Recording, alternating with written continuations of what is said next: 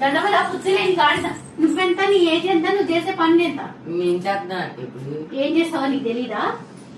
ఏం చేసిన నువ్వు ఎవరిని కలవటానికి వెళ్ళావు? ఆ బాక్స్ ఏంటి అసలు? ఫ్రెండ్ అక్క ఉప్పు ప్యాకెట్ ఇచ్చాడు. పెట్టిస్తారా? అవి డ్రగ్స్ అని నాకు తెలుసు. నువ్వు నన్ను మోసం చేయాలని చూడకు. డ్రగ్స్ ఏంటి అక్క? ఏం మాట్లాడుతున్నావు అక్క? డ్రగ్స్ అరే ఏంటి? నీ ఏజ్ ఎంత, నువ్వెంతరా? నీకు కావాల్సినవి అన్ని అమ్మా నాన్న సమకూర్చుతున్నాను. ఇలాంటి పని ఏంట్రా నువ్వు చేసేది? అమ్మా నాన్న నీ మీద ఎంతో నమ్మకం పెట్టుకున్నారు. నా కొడుకు మంచిగా చదువుకుంటాడు, జాబ్ చేస్తాడు, మా లాగా కష్టపడొద్దు, వాడు ఒక మంచి స్థాయిలో ఉండాలని. ఇప్పుడు వాళ్ళ నమ్మకాన్ని అంతా పోగొట్టావు నువ్వు. నా నమ్మకాన్ని కూడా పోగొట్టావు నువ్వు. ఎందుకు తయారైనవరా? ఏ నమ్మకం అక్క? నువ్వు ఏ నమ్మకం?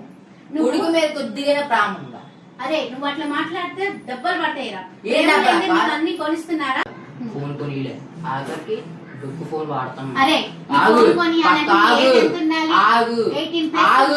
నీకున్నది 15 సంవత్సరాలు, 10th ఏమన్నా అయింది. నీకెందుకు అయ్యా ఫోను?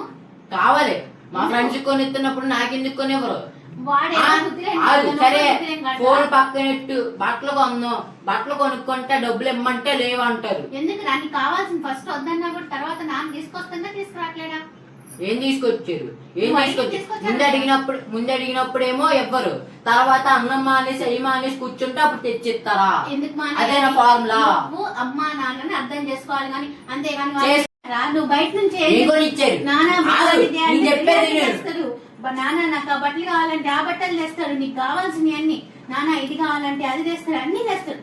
అమ్మ కూడా అన్ని రకాలుగా చేసి పెడుతుంది నీకు. ఇంకేం తక్కువైంది? చెప్పండి. అలవాటు పడ్డా. అరే నాకు డబ్బు కావాలా? డబ్బు కోసం ఎక్కడికైనా అవుతా. ఎవ్వరి మాట వినేది. అరే ఇట్లా తయారైనవేంట్రా? ఇంత తగ్గించినవేంట్రా నువ్వు? నీకు డబ్బులు కావాలంటే మంచిగా చదువుకొని జాబ్ చేసి మంచిగా డబ్బులు తెచ్చుకోవాలి. ఇప్పుడు నేను చదువుకుంటా, మంచిగా జాబ్ చేస్తా, ఎన్ని డబ్బులు వస్తాయి? అంటే ఎన్ని పైసలు వస్తాయి?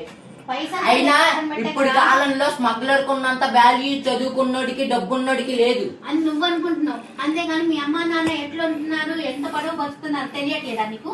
నీ వల్ల వాళ్ళ పరువు అంతా పోయి అందరి ముందు ఎక్కడ పరువు పోయి? స్మగ్లర్లు వాళ్ళ అమ్మ నాన్న గుడికి వెళ్తే వాళ్ళకేమో విఐపి దర్శనాలు, చదువుకున్నాడు వెళ్తే ఏమో వాళ్ళకేమో ఉచిత దర్శనాలు. గడ్డే తింటా, వాళ్ళు ఏం తింటే అదే తింటా అంతే. అరే ఆగురా, అసలు నువ్వు ఈ దారిలోకి ఎలా వెళ్ళావో అన్న నీకు ఎట్లా తెలుసు? ఇదంతా నీకు తెలియాలంటే నేను మళ్ళీ వెనక్కి వెళ్ళాలి.